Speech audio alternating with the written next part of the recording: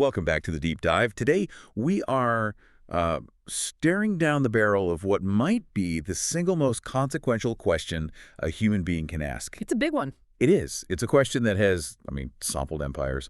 It's defined Western civilization, split the calendar in two, and for a lot of people listening right now, it determines how they face their own mortality. And we've got the research to prove it. We have a massive stack of articles on the table today. We're looking at historical apologetics, philosophy of history, and some very dense but fascinating New Testament criticism. It's a heavy stack. Mm-hmm. But what I love about this particular deep dive is that despite all that academic weight, the question at the bottom of it all is, well, it's deceptively simple. It really is. The question is, who was Jesus of Nazareth? And we have to be really specific here, right? We aren't asking who does the church say he is or who does Hollywood say he is. We're trying to dig into the dirt of history. Mm-hmm. When this man, Jesus, walked the dusty roads of Galilee in the first century, who do you think he was? And that distinction is just vital. It's the difference between, reputation and identity. Because there is this very popular modern skepticism, you see it everywhere, YouTube, magazine articles, that basically says the divine Jesus, the Son of God, is a legend. Right. The theory is that Jesus was a nice guy, maybe a moral teacher, a bit of a hippie revolutionary. Exactly. And then decades later, the church just invented all the God stuff. The telephone game theory of history. That the story just got bigger and bigger in the telling until a carpenter from Nazareth became a deity. But the sources we're looking at today, they suggest that theory is actually backward. The research implies that if you strip away all the later church tradition and just look at the raw historical data, you don't find a humble moral teacher. No, you find someone making claims that would get you locked up in an asylum or executed in the first century. And that really brings us to the mission for this deep dive. We want to examine the historical evidence for Jesus' own self-understanding, but we want to do something else too, something I think is even more important. We want to connect the head to the heart. Yes, because it is one thing to be intellectually satisfied that Jesus claimed to be God. That's a historical project. It's another thing entirely to ask, so what? If that's true, how does it change my Monday morning? How does establishing the cold, hard facts of history actually deepen our love for him? That's the real question. So we aren't just doing a history lesson here. We are looking for the engine of devotion.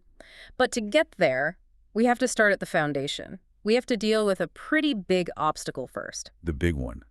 Can we even know the past? It sounds like a philosophical trap, doesn't it? But it's a real objection. We are dealing with what's often called historical relativism. Let's unpack this.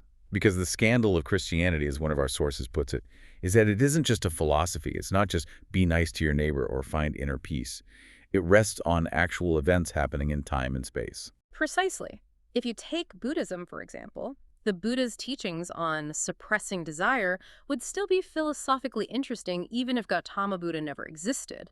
The philosophy, it stands on its own logic. But Christianity is different. It's completely different. It relies on revelation through historical events. If the events didn't happen, if the resurrection is a fiction, if Jesus never made these claims, the whole thing collapses. So the skeptic comes along and says, well, history is just a series of lies agreed upon, or you can't really know what happened 2,000 years ago. It's all subjective. But that is the postmodern objection in a nutshell. The core idea is that we lack direct access to the past. A scientist can go into a lab, mix chemicals, and see the reaction right in front of them. It's repeatable. It's observable. Right, but a historian can't do that.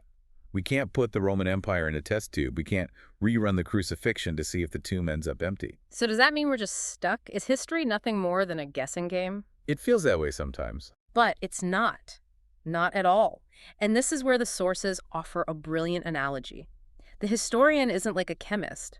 The historian is like a geologist, or even better, a detective.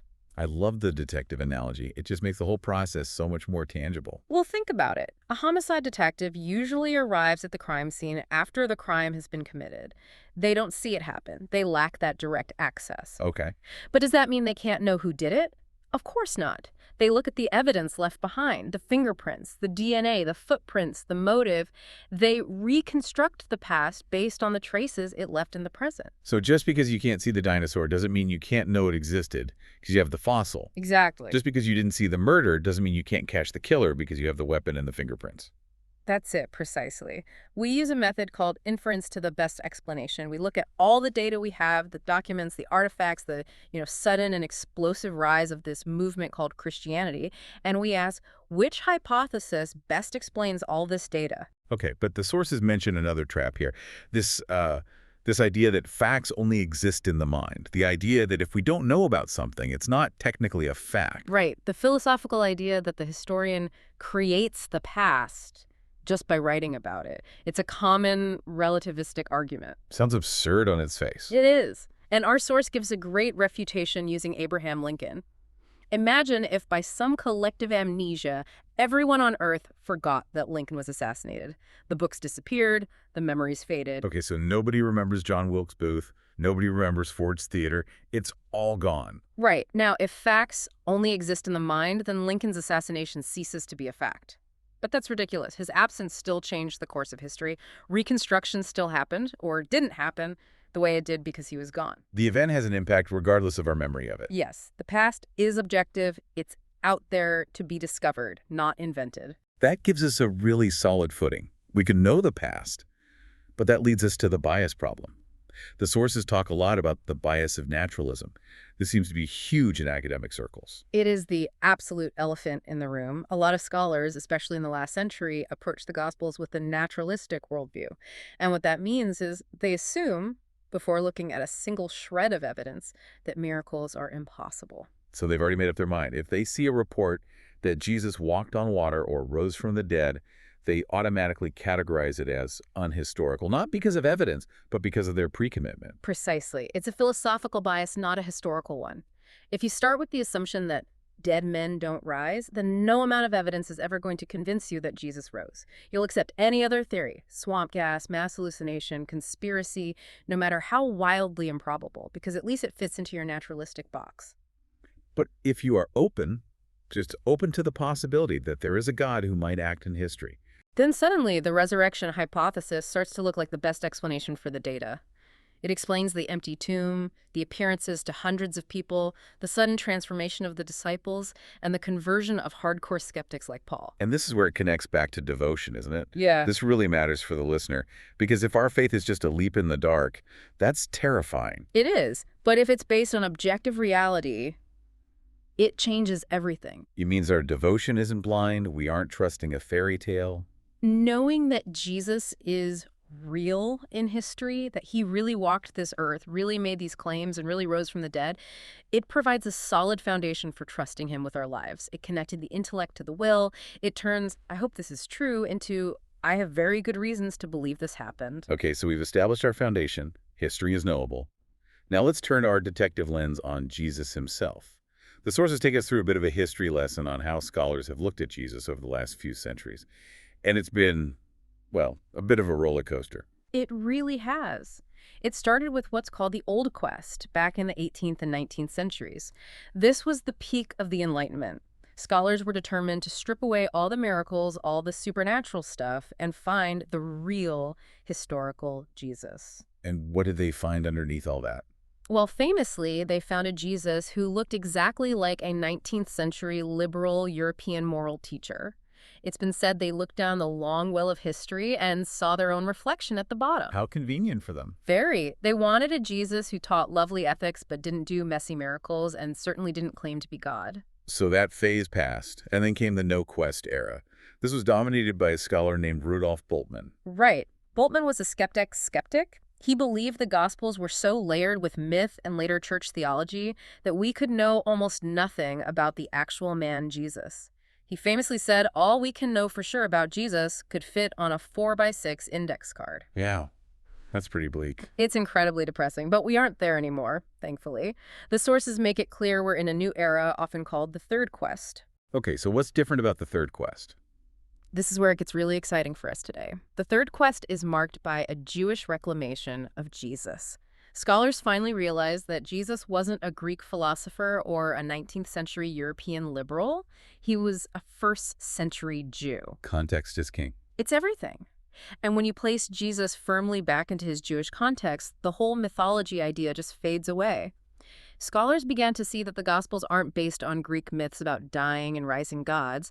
They are deeply rooted in Jewish hopes, Jewish scriptures, and Jewish practices. And that led to what one source calls the eclipse of mythology. Yes, we're back to treating the Gospels as serious historical sources, which is a huge shift. But how do historians sift through them? I mean, how do they know what Jesus actually said versus what the early church might have, put into his mouth decades later? Yeah. The sources list some tools of the trade for this. These are the criteria of authenticity. They are rigorous, critical tests that historians use to determine if a specific saying or event has a high probability of going back to the historical Jesus himself. All right, let's run through the big ones. First up, the criterion of dissimilarity. This one is really powerful. The logic is, if a saying of Jesus is unlike what the Judaism of his day was teaching, and it's unlike what the later church was teaching, it probably goes back to Jesus. Because the church wouldn't invent something that didn't fit their own theology. And Yeah. they wouldn't just be copying the local rabbis. Exactly. It isolates the unique and sometimes jarring voice of Jesus. But my absolute favorite, the one that I think is most compelling, is the criterion of embarrassment. I love this one because it's so counterintuitive. It feels like you're looking for the opposite of what you'd expect. Break it down for us. The logic is simple. If you are writing a piece of propaganda, if you are inventing a hero to start a new religion, you make your hero look good. You make him strong, all-knowing, wise, and respected. You definitely do not include stories that make him look weak, confused, or rejected by his own family. Right. So if we find a story in the Gospels that is awkward or theologically problematic or just plain embarrassing for the early church, Then it's highly likely to be true. yes. Because the only reason they would include that embarrassing detail is because they had to, because everybody knew it actually happened and they couldn't just write it out of the story. Can you give us a concrete example from the text? Absolutely. The best one might be the unknown time passage in Mark 13. Jesus is talking about the end of the world, and he says, "But concerning that day or that hour, no one knows, not even the angels in heaven, nor the Son, but only the Father." Okay, pause there. He says, nor the Son. He is explicitly admitting ignorance about something huge. He is. He's saying, I don't know when the end is coming. Now, fast forward 30 or 40 years. The early church is worshiping Jesus as the omniscient, all-knowing Lord of the universe. Why on earth would they invent a quote where their all-knowing God says, I don't know? They wouldn't. It hurts their theological case. It's a problem they have to explain away. It's theological kryptonite for them. If they were making this up, that line would have been the first thing on the cutting room floor.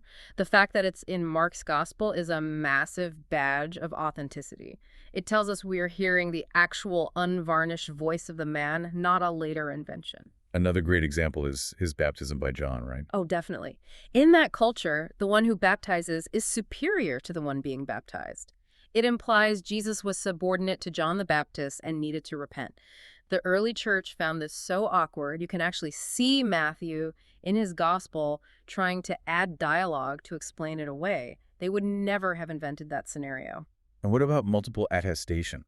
That one's pretty simple. If a saying or story appears in multiple independent sources, say in Mark, and also in Q, which is the source scholars think Matthew and Luke used, and maybe even in John or Paul, it's highly likely to be historical.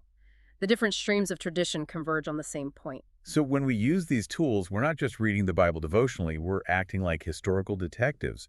We are recovering the actual voice of the master. And that is the crucial devotional connection. When we read these authenticated sayings, we can have a high degree of confidence that we are sitting at the feet of the real Jesus. Yeah. It's not a game of telephone. We are hearing the original signal loud and clear. Okay, so let's get to the meat of it. We have the tools. Who did Jesus think he was? The sources break this down into implicit claims and explicit claims. Let's start with the implicit, his actions.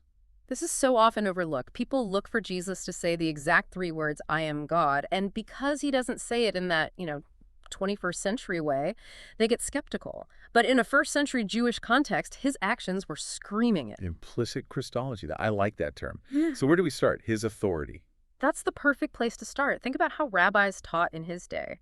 They always cited their authority.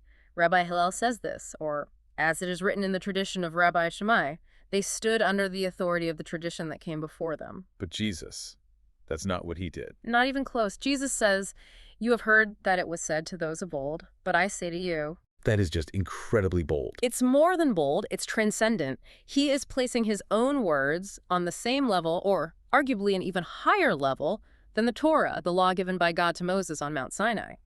He is presuming to correct and fulfill the law on his own authority. I remember a quote in the source from Jacob Neusner, a prominent Jewish scholar. He looks at Jesus' teaching on the Sabbath in the Torah, and he basically says, I couldn't follow this man. Neusner's insight is so profound because he gets it. He says that by placing his authority above the Torah, Jesus is implicitly asking, who do you think you are?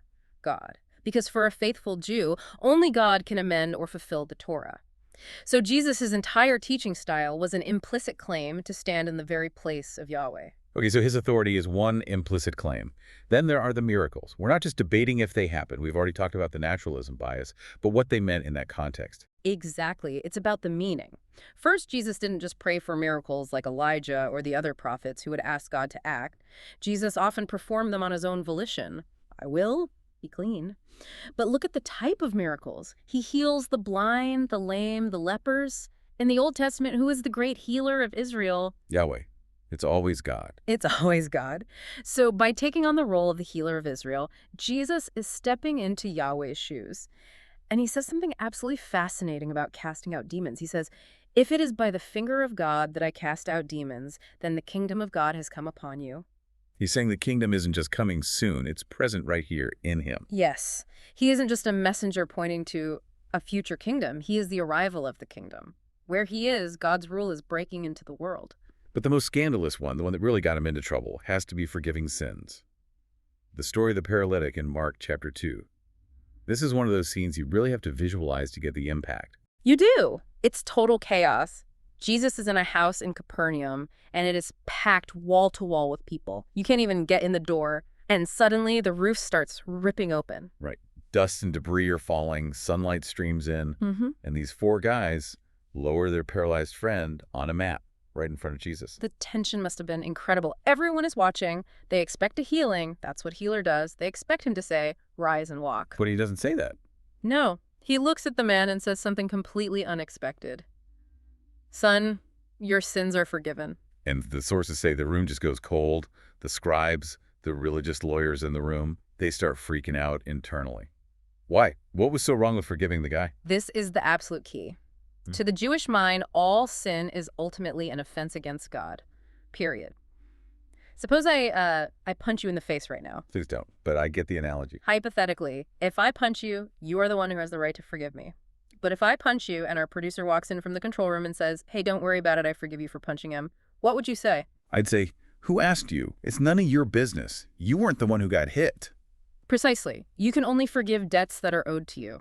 So when Jesus looks at this paralyzed man and forgives his sins against a God, he is implicitly claiming that he is the one who has been offended. He is acting as if he is God. And the scribes catch it immediately. Their thought is, who can forgive sins but God alone?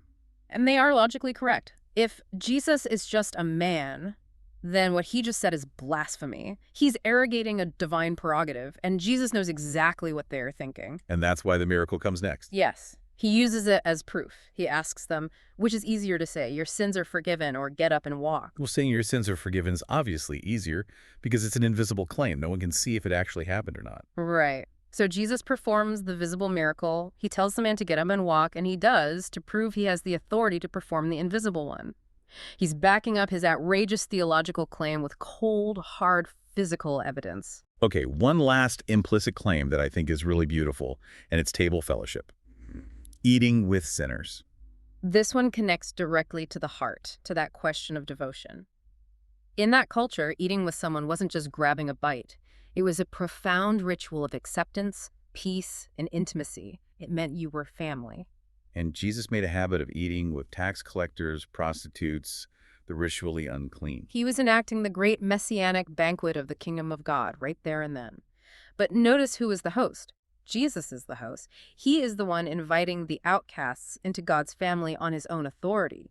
He is acting out God's radical acceptance of the rejected. That is the devotional takeaway for me right there. It proves his love is tangible. It's not just a nice idea. He risked his reputation. He risked ritual uncleanness to bring spiritual lepers like us to his table. He closes the distance. It's an incredibly powerful image, but if the implicit claims were screaming divinity, the explicit titles he used, well, they clinched the deal. Let's move to segment 4, the titles of Jesus. We've got 3 big ones to look at: the Messiah, the Son of God, and the Son of Man. Let's start with Messiah. Messiah, or the Greek Christ, just means anointed one. Now, there were many different ideas in the first century of what the Messiah would be. Some thought a warrior king, some a priestly figure. Jesus seems to have been very careful with this title. Why? Because he didn't want to be mistaken for a military revolutionary, like a Bar Kokhba figure who led a revolt against Rome a century later. If Jesus had run around Judea shouting, "I am the Messiah," the Romans would have crushed him instantly as a political threat. But he did accept the title, just on his own terms. He did. Think about the triumphal entry into Jerusalem. Riding on a donkey. He is deliberately and publicly acting out a prophecy from Zechariah 9:9. Behold, your king comes to you, humble and riding on a donkey. He is claiming to be the shepherd king, not a conquering warlord. And the most undeniable historical fact of his life is the sign Pilate put on his cross, the King of the Jews. The Romans executed him for that claim. It wasn't an accident or a misunderstanding. Exactly. He redefined what messiahship meant, but he absolutely claimed it. Okay, title number 2. Son of God. Now, in the Old Testament, angels or even the kings of Israel could be called sons of God in an adoptive sense. Was Jesus just using it that way? The evidence suggests he meant something much more profound and unique. Look at his parable of the wicked tenants. The owner of the vineyard sends servants, the prophets, and they are beaten and killed. Finally, he sends his one beloved son. And Jesus sees himself as that son, not just another servant. Yes. He sees himself as fundamentally distinct from and superior to all the prophets who came before him. He isn't just another messenger, he is the heir. His relationship to the owner is unique. And then there is his use of the word Abba. This is just striking. A German scholar named Jeremias did a massive study and showed that Jesus used this Aramaic term Abba to pray to God. It's an intimate familial term, like dad or papa, but with deep respect. It was absolutely unprecedented. No other Jew in the history of prayer is recorded using this term to address God directly. And he maintains a distinction, doesn't he? He never says our Father when he's praying alongside the disciples. No, never. He teaches them to pray our Father, but in his own speech, he distinguishes between my Father and your Father. He's implying that his sonship is different from ours. It's unique by nature, not just by grace. There's that verse in Matthew 11:27 that always stands out. No one knows the Father except the Son. That is often called a bolt of Johannine thunder in the Synoptic Gospels because it sounds like something straight out of the Gospel of John. It's a breathtaking claim to exclusive reciprocal knowledge of God. Jesus is saying, I am the only pipeline to God the Father. You can't get a much higher claim than that. But then we come to the big one, the mystery title, the one he used most often, the Son of Man. This was Jesus' favorite title for himself. He uses it over 80 times in the Gospels. And for a long, long time, scholars and readers just assumed it meant, I am a human being, a statement of humility. It sounds humble, right? Son of Man. It sounds humble, which is precisely why it was such a brilliant and strategic title for Jesus to use. It allowed him to make his claims publicly without getting immediately arrested by the Romans, who wouldn't get the reference.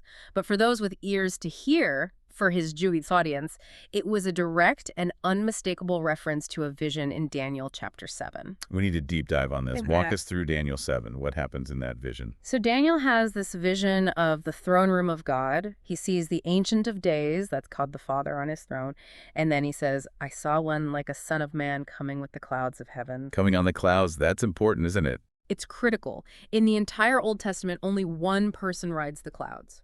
And that's Yahweh. It's a divine prerogative. So this human-like figure is acting like God.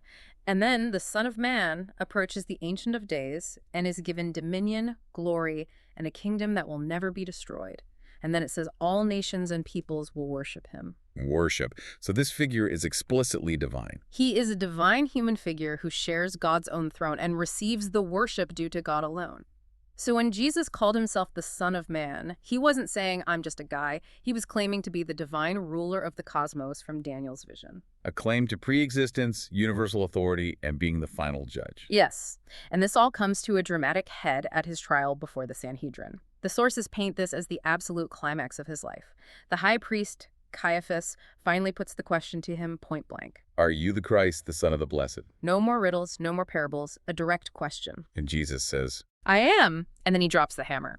He combines two key Old Testament texts. He says, and you will see the Son of Man sitting at the right hand of power, that's Psalm 110, and coming with the clouds of heaven, that's Daniel 7. and what's the reaction?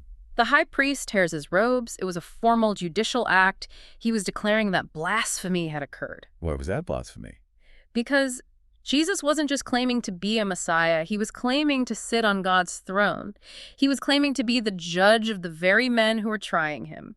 He was essentially telling the high priest, right now you are judging me, but one day I will ride the clouds and I will be your judge. So, we have the implicit actions, we have the explicit titles, and we have the trial confession. The historical evidence is overwhelming that Jesus believed and taught that he was divine. So now we have to move to segment 5, the verdict. We have to make a decision about these claims. We do, and this is where the famous trilemma comes in. C.S. Lewis popularized it brilliantly, but the logic goes back much further. If Jesus claimed to be God, there are really only 3 possibilities. He was a liar, he was a lunatic, or he was who he said he was, Lord. Let's walk through the alternatives. First, liar. Could he have been a con man, a deceiver who knew he wasn't God but tricked people into believing it? It just doesn't fit the data we have. Every source we have, even from his enemies, points to his profound moral character. He taught love, truth, self-sacrifice. He lived a life of poverty and service. And he died for his claims. That's the kicker. People might die for what they think is true, but they don't die for what they know is a lie. The idea that a great moral teacher could also be a colossal liar about the most central and important aspect of his identity. It's a psychological contradiction. Okay, so let's rule out liar. What about lunatic? Was he delusional? Sincere, but sincerely wrong. Did he just think he was God? Again, you have to look at the psychological profile that emerges from the Gospels. We've all seen or read about people with delusions of grandeur. People who think they are Napoleon or, a deity. They are typically imbalanced, erratic, detached from reality, unable to relate to others in a healthy way. That's not the picture we get of Jesus. Not at all. May. We see someone who is consistently calm under immense pressure, deeply insightful, compassionate, and whose teachings are marked by profound wisdom and coherence. That is simply not the profile of a megalomaniac or a schizophrenic. So if he wasn't lying, and he wasn't crazy, that leaves the great postmodern escape hatch. Legend. The idea that the real Jesus never claimed any of this, the later church just made it all up. But we've just spent the last half hour dismantling that theory. The legend theory fails primarily because the Gospels were written far too early for that kind of legendary corruption to occur. The letters of Paul, which contain an incredibly high Christology, were written within just 15 to 20 years of Jesus' death. And those criteria of authenticity we talked about, the embarrassing details, the distinctive Son of Man title, showed us that these core claims go right back to Jesus himself, not to the later church. Exactly. Legends take generations, even centuries, to completely wipe out the memory of the historical facts. But here, the eyewitnesses were still alive and active in the church. You couldn't just invent a new divine Jesus while Peter and John and Mary Magdalene were still walking around saying, hang on, that's not what happened. So if he isn't a liar, he isn't a lunatic, and he isn't a legend. Then we are pushed by the force of the historical evidence to consider the only option left, that he was and is Lord.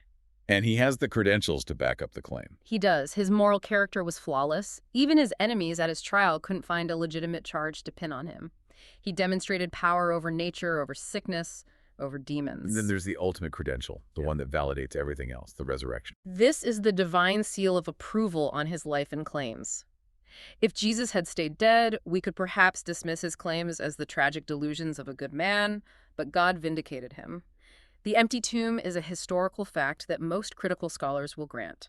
The post-mortem appearances to the disciples are historical facts.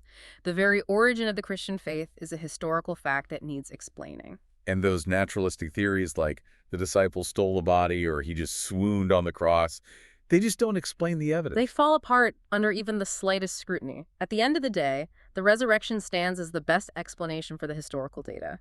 And if God raised Jesus from the dead, then God was putting his stamp on everything Jesus said and did.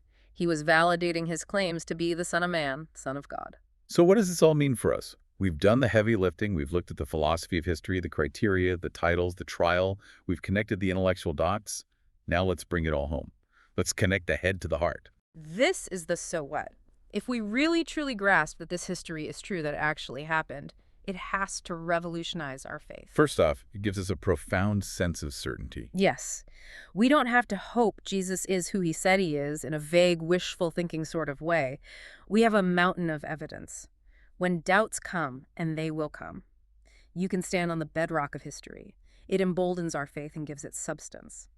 And intimacy. This is so beautiful. The very same Son of Man who rules the cosmos, the divine figure Daniel saw coming on the clouds, is the same one who called God Abba. He's the one who risked everything to eat with tax collectors and sinners. He bridges the gap between the infinite power of God and our specific, personal, messy needs. The one who holds the universe together is the one who welcomed the outcast and touched the leper. That's intimacy. And finally, authority. If he really is the Danielic Son of Man, the King of Kings, he doesn't just ask for our admiration. He doesn't just want a like on social media or a nice thought on a Sunday. He demands our absolute submission, our allegiance. Exactly. If he is king, we are his subjects. And that means we align our entire lives with his kingdom. We don't just tip our hat to him. We submit our Monday mornings, our finances, our relationships, our ambitions, our very selves to his loving rule. There is a final provocative thought to leave you with today. It comes from the source material, referencing a passage in Luke 12. Jesus says something absolutely sobering. He says, "Everyone who acknowledges me before men, the Son of Man also will acknowledge before the angels of God." That is heavy. It is. It implies that our eternal destiny, how we stand before the very throne of God, hinges entirely on our reaction to this person, Jesus. Not just our reaction to a philosophy, but to him. So if history proves he is the king, then the only logical response, the only sane response, is to bend the knee, to align our lives entirely with his kingdom. Don't just sit on this information. Let it sink in. Use it to fuel your worship. The next time you pray, realize you are speaking to the one who split history in two. You are speaking to the one who walked out of the grave and holds all authority in heaven and on earth. Facts matter. History matters. And because it's true, he matters more than anything else.